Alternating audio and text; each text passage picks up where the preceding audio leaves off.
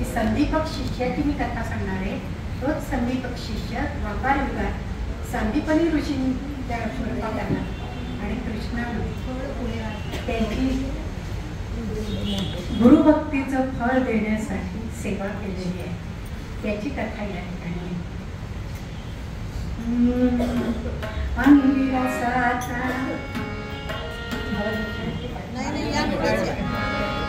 अंगिरसाचा पावन आश्रम होता गोदाकाठी. अंगिरसाचा पावन आश्रम होता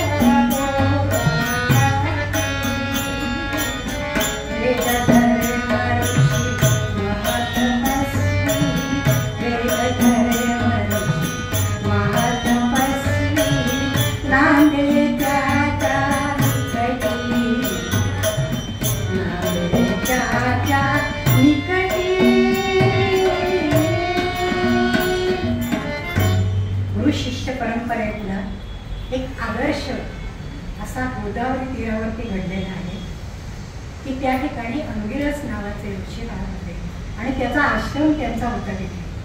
त्या आश्रमात मुलं शिकायला येत असत. त्यांना शिकवण्यासाठी वेद धर्म नावाचे ऋषी हे शेजारीच त्यांची झोपडी होती आणि तिथे ते राहत असत. वेद धर्माच्या रम्य आश्रमात वेद धर्माच्या रम्य आश्रमात ज्ञान मिळवाया शिष्य राहता. वेद धर्माच्या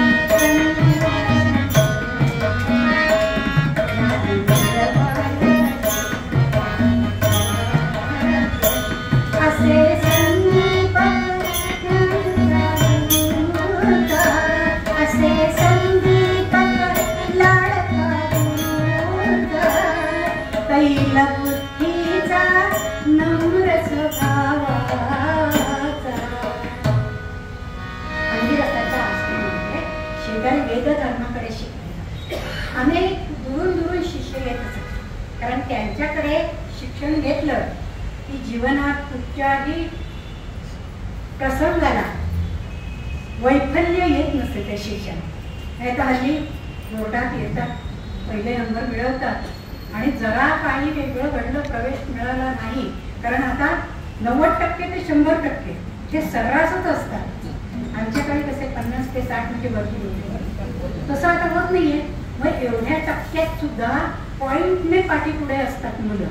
त्यामुळे एवढे टक्के मिळवले तरी प्रवेश कठीण असतो आणि मग प्रवेश मिळवला नाही, नोकरी चांगली मिळाली नाही, बायको चांगली मिळाली नाही, साध्या साध्या कारणांमुळे लोक आत्महत्या करायला प्रवृत्त होतात. हे वैफल्य हल्लीच्या शिक्षणामुळेच येत आहे.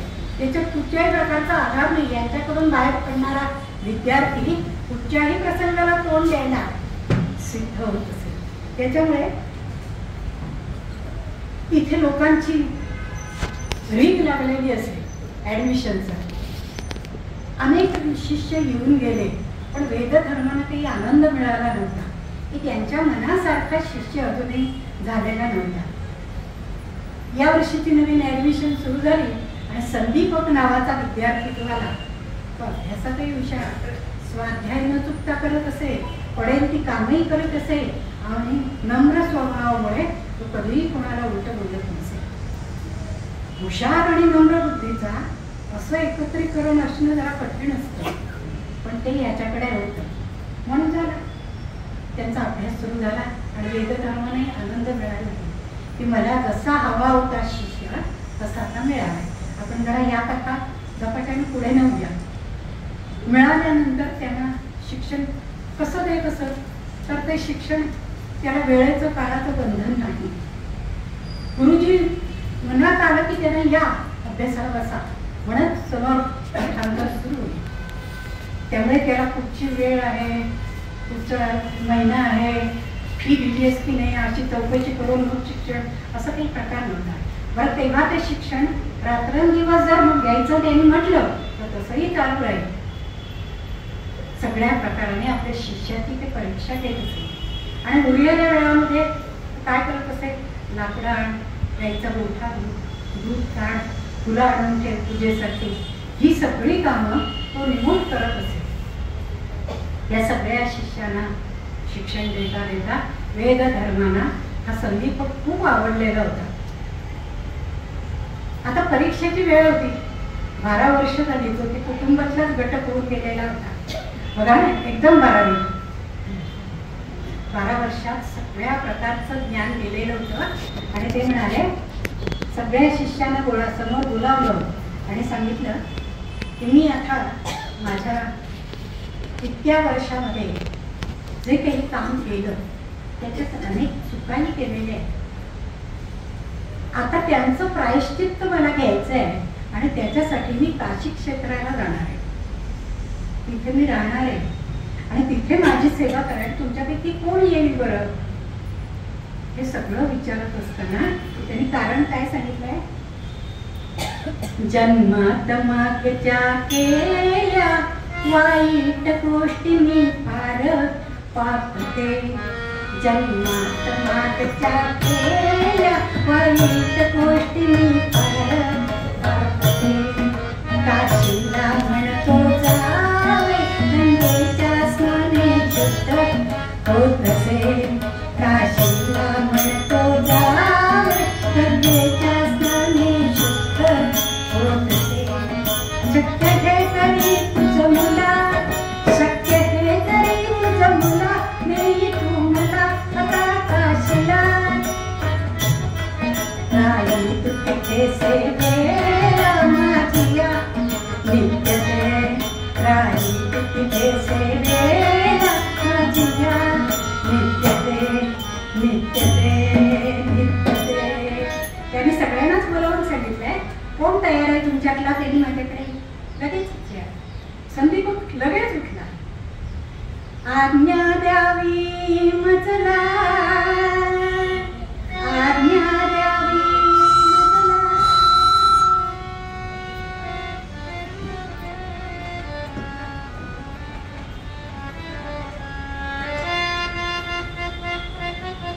आज्ञा द्यावी मजला, असताना कठीण काय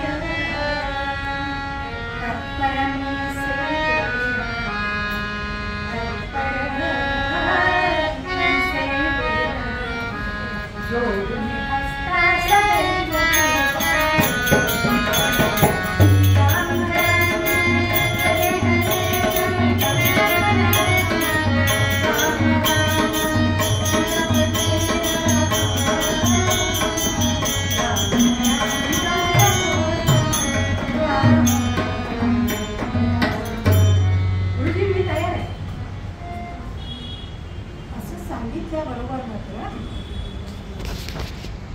संदीप तयार आहे.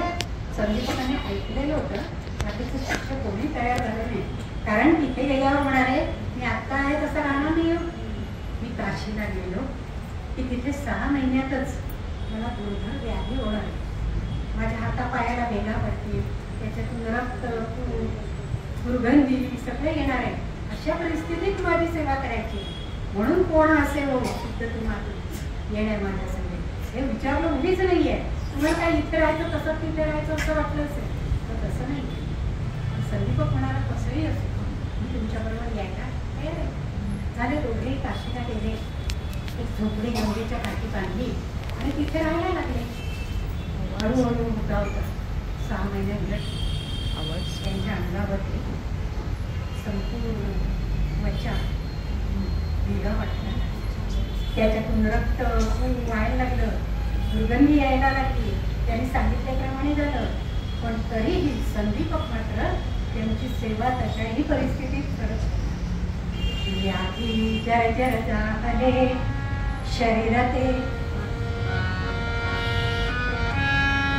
व्याधी जर्जर झाले आजीच्या जवळ घड्याळ कसले. व्याधी जर्जर झाले शरीराते संतापे अवहेलना कनिया रागे तुम्ही बोलती. गातो मृदुभाषणो पुण्यता झाला गुरु निष्ठुर सारे सोसुली बाळ शांत कधी सेवेत अंतर पंढरीनाथ व्याधी चर्चट शरीर झाल्यानंतर चिडचिड व्हायला लागली त्यांची. पण संदीपक समजून घेत होता की आजारी पडला की माणूस चिडचिड करतोच आणि ते कोणावर अधिक करतो, जवळच्या माणसावर अधिक करतो. याचा अर्थ मीच त्यांना जवळचा वाटतोय म्हणून माझ्यावरती चिडचिड करतोय. संदीपक देवाला प्रार्थना करीत असते की देवा त्यांची जी व्याधी आहे ती लवकरात लवकर निवारण होते, माझ्यामुळे त्यांना आणि त्रास पडू दे नको, चिडायला लागू दे नको, मी कुठेतरी सेवेत कमी पडतोय. म्हणजे उलटीच भावना आहे बघा त्याची. चिडला नाही, दुर्गंधी मानली नाही, उलट तो सांगतोय की त्यांचं हे आजार पण लवकर संपू दे आणि लवकर ते बरे होऊ दे. कसं झालेलं होतं शरीर त्याचं वर्णन आहे. ओल्या कुष्ठे ग्रस्त जाहला त्रस्त श्री गुरु बोले. ओल्या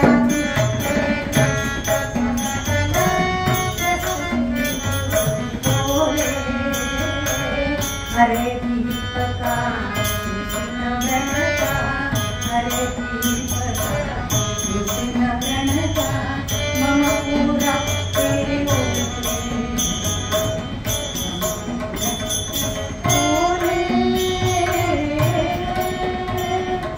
कधी को कुणी देतटातून निष्कान्न आणि कधी को कुणी देतटातून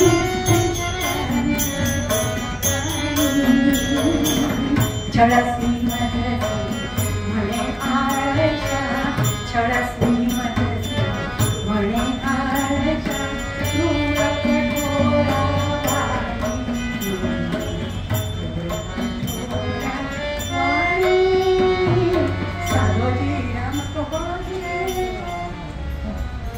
एवढे ते चिडलेले होते की त्याने काही भिक्षा मागून जो अन्न आणत असे ते मिष्टान्न त्यांना देत असे, नंतर खात असे.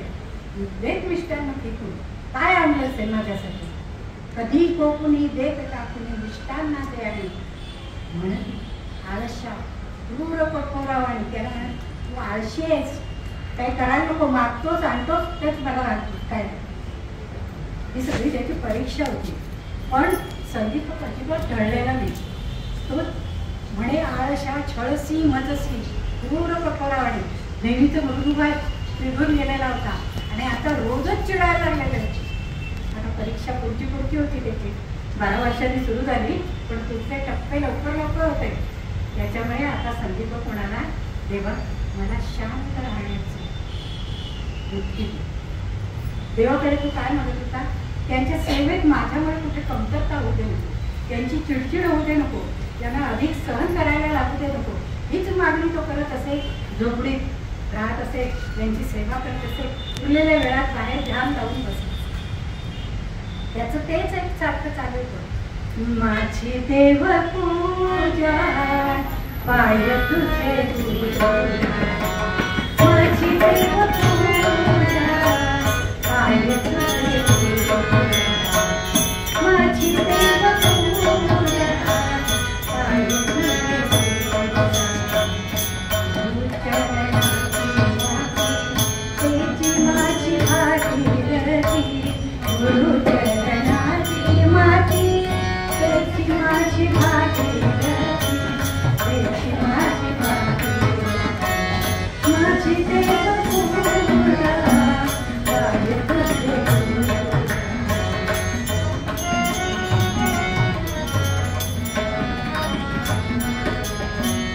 गुरु चरणाचे ध्यान त्याची माझे संध्यास्थान, गुरु चरणाचे ध्यान त्याची माझे संध्यास्थान, त्याची माझे संध्यास्थान.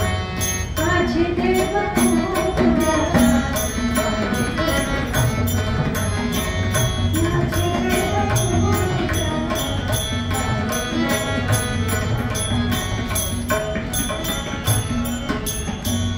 शिवतीन केसरी पायी, शिवतीन केसरी पायी, शिवतीन केसरी पायी, शिवतीन केसरी पायी. सद्गुरु विना दैवत नाही, सद्गुरु विना दैवत नाही, सद्गुरु विना दैवत नाही. माझी देव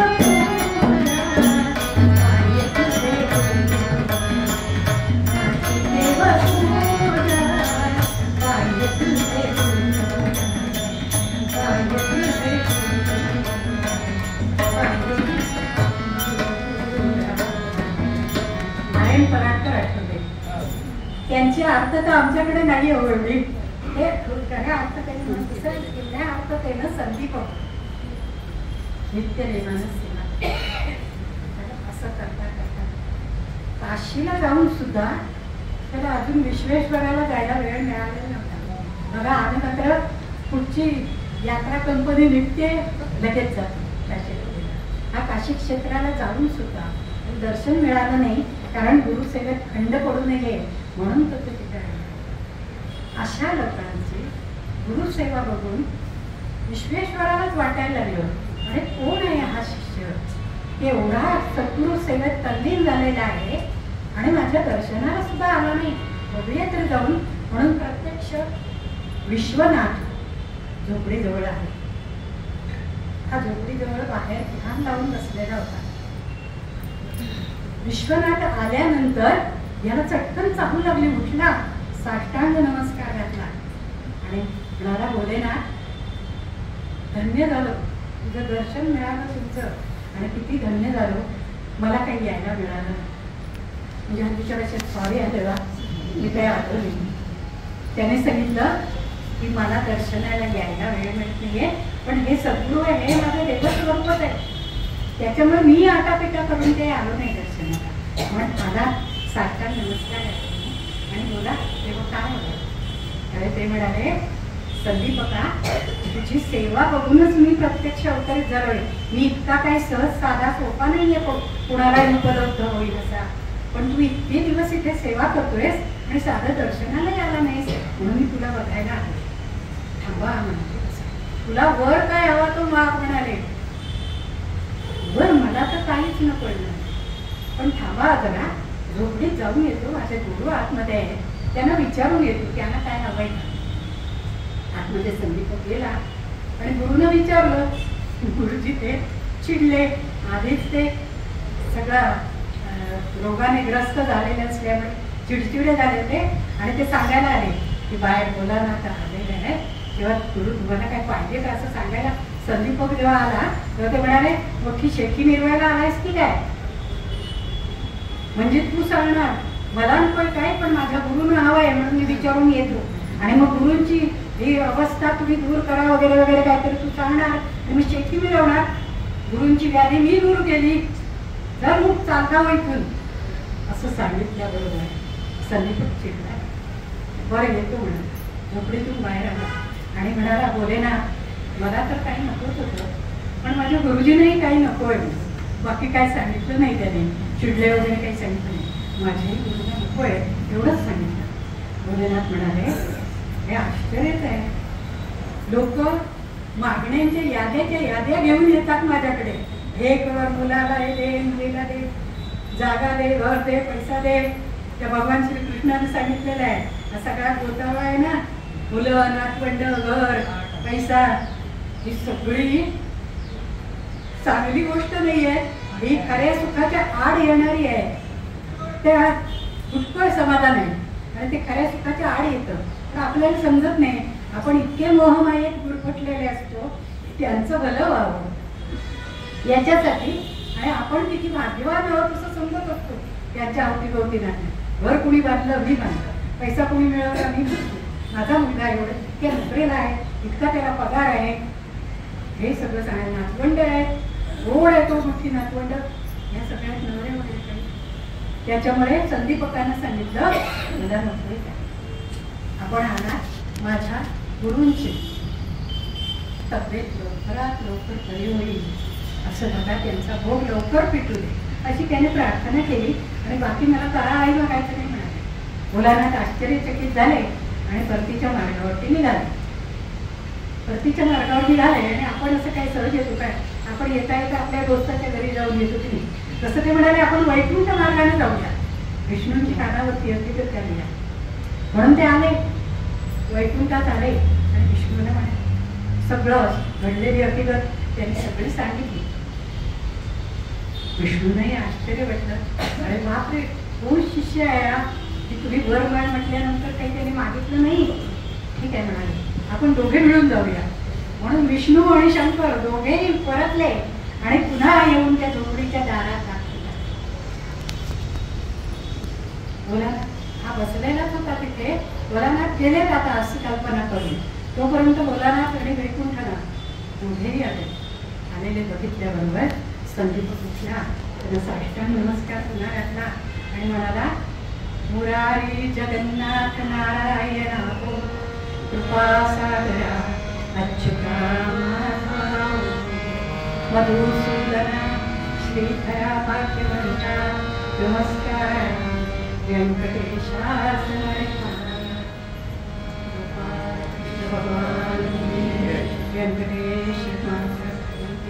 व्यंकटेश आणि कृष्ण सारखेच. त्याच्यामुळे तुझी उपासना करण्यासाठी कितीतरी वर्ष तपश्चर्या करतात, योग साधना करतात, उपास तपास करतात, तेव्हा तू प्रसन्न होतोयस असं मी ऐकलं. आणि तू कसा काय इतका आलेला? विष्णू म्हणाला तुझी हकीकत सगळी ऐकली मी भोलेनाथांकडनं आणि हा कोण वेगळा आहे म्हणून मी बघायला आले. बरं आता मी प्रसन्न आहे, भोलेनाथांचं राहू दे.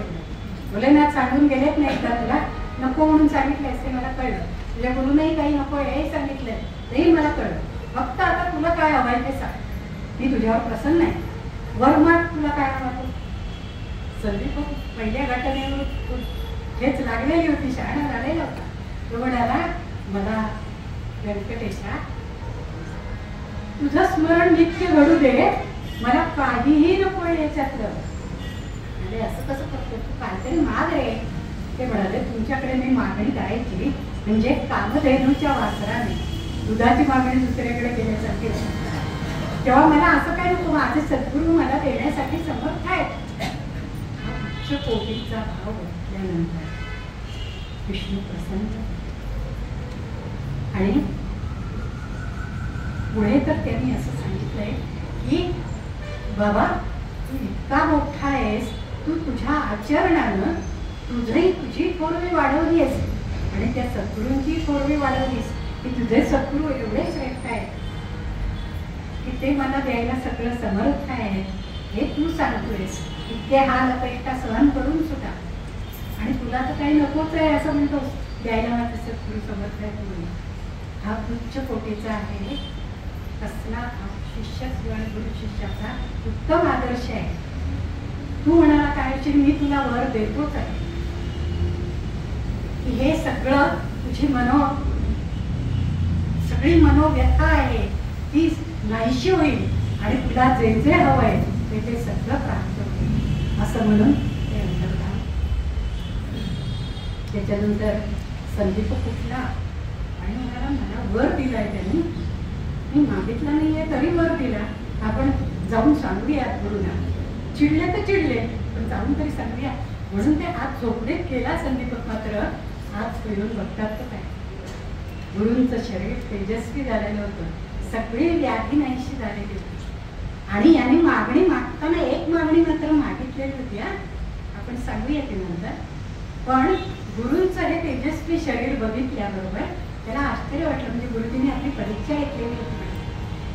गेल्याबरोबर गुरुजींनी त्यांना जवळ घेतलं आणि प्रेमाने नाव घातलं. त्याला जवळ घेतलं. संदीपका तू श्रेष्ठ आहेस असं म्हणून दोघे जण किती वेळ स्तब्ध होते. ते म्हणाले मी गुरूंजवळ देवाजवळ मागणी केली आहे. मागणी मागितलीस तू? तुला मागणी मागितलीस? नाही मी काय मागणी मागितली ती ऐका.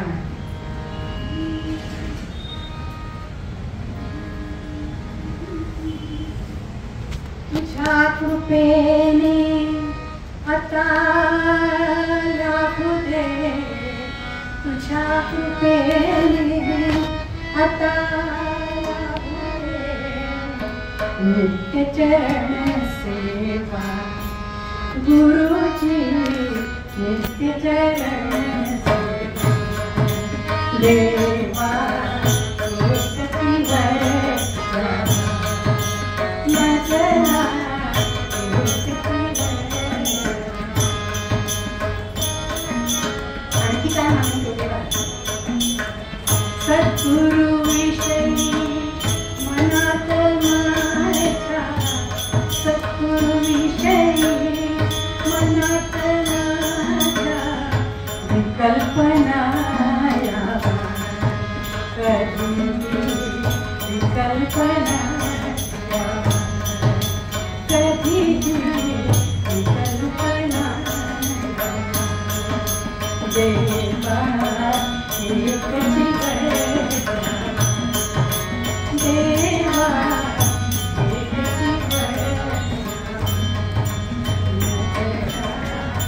एकती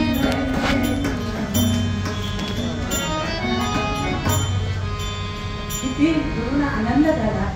आणि त्यावेळी म्हणाले विष्णूनी माझ्याजवळ काय सांगितलंय तेही तुला सांगते की असा तुला शिष्य मिळाला हे तुझं भाग्य आणि तुझ्यासारखा गुरु त्याला मिळाला हे त्याचं भाग्य. हेच गुरु शिष्य जोडी तुमची चांगली आहे. आणि संदीपकाला जवळ घेतल्यानंतर आपोआप त्याला सगळ्या सिद्धी प्राप्त झाल्या. हे कुणामुळे घडलं देवाच्या दर्शनाने. आणि हे जे घडलेले आहे त्याच्यात हाच संदीपक पुढे द्वापार युगामध्ये सांदीपनी ऋषींच्या रूपाने अवतरलेला आहे. आणि त्यांची सेवा करण्यासाठी भगवान विष्णूंनी कृष्णावतार घेतलेला असताना त्यांची सेवा केलेली आहे. किती श्रेष्ठत्व त्या संदीपकाचं की त्या तेव्हा ते म्हणाले आम्ही मात्र गुरु ऋणातून मुक्त झालो नाही. तेव्हा पुन्हा जन्म घ्यावा लागला आणि तुझी सेवा करण्यासाठी ते येणार आहे असं त्यांनी गुरुनी सांगितलं. आणि धन्य झाले गुरु आणि शिष्य. म्हणून तुकाराम महाराज मूळ अभिजात म्हणतात. आधी तुकाराम महाराजांनी जे बासमान योग सांगितलेलं होतं ते असं आहे कुठची गोष्ट खरी नसते रे म्हणाले. एक डोळा मिटून बघ हा इकडे जास्ती लोक दिसतील हा डोळा मिटला इकडचे लोक इकडे जास्ती दिसतात. डोळे उडून बसल्यावर कोणी समोर दिसतात. दुर्बिणीतून दूरचं दिसतं जवळ आलेलं. सूक्ष्मदर्शक यंत्रातून दिसलं की बारीक असलेलं मोठं दिसतं. खरं खूप पुढचं वासनानच आहे. त्याच्यावरती एक शायरी भाऊसाहेब पाटणकरांची आहे. मारतो राजास एकटा नहिल्यास पहिला मारतो. ते कळणाऱ्यांना माहिती आहे. मारतो राजास एकटा नहिल्यास पहिला मारतो. कल्पनेचे खेळ सारे कोणी कुणाला मारतो. पाहता कोणात काही नाही तसे हे वेगळे. सारेच तुकडे कागदांचे छाप नुसते वेगळे. अर्जुनानं उत्तर सुद्धा दिलेलं आहे. सारे मला विसरवत द्याचे वाईट न वाटे मला वाटते वाईट त्यांना विसरता येणार मला. अर्जुनाचं उत्तर चांगलं आहे असं तुकाराम महाराजांनी आपल्याला सांगितलेलं आहे. आणि म्हणून ते म्हणाले सुखाचं बाहेर सोडू दे. म्हणून मूळ पद्यात तुकाराम महाराज म्हणतात मस्तकी भैरवीचा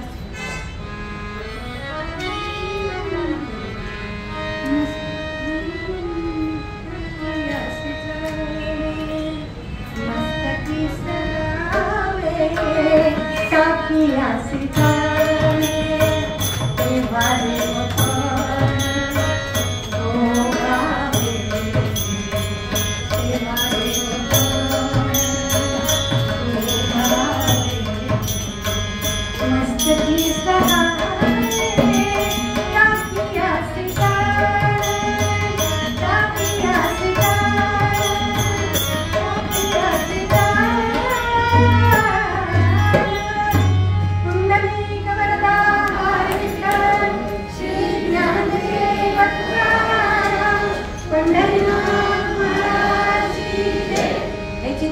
तेव्हा म्हटल्यानंतर आरती म्हणायची ना तुमची पद्धत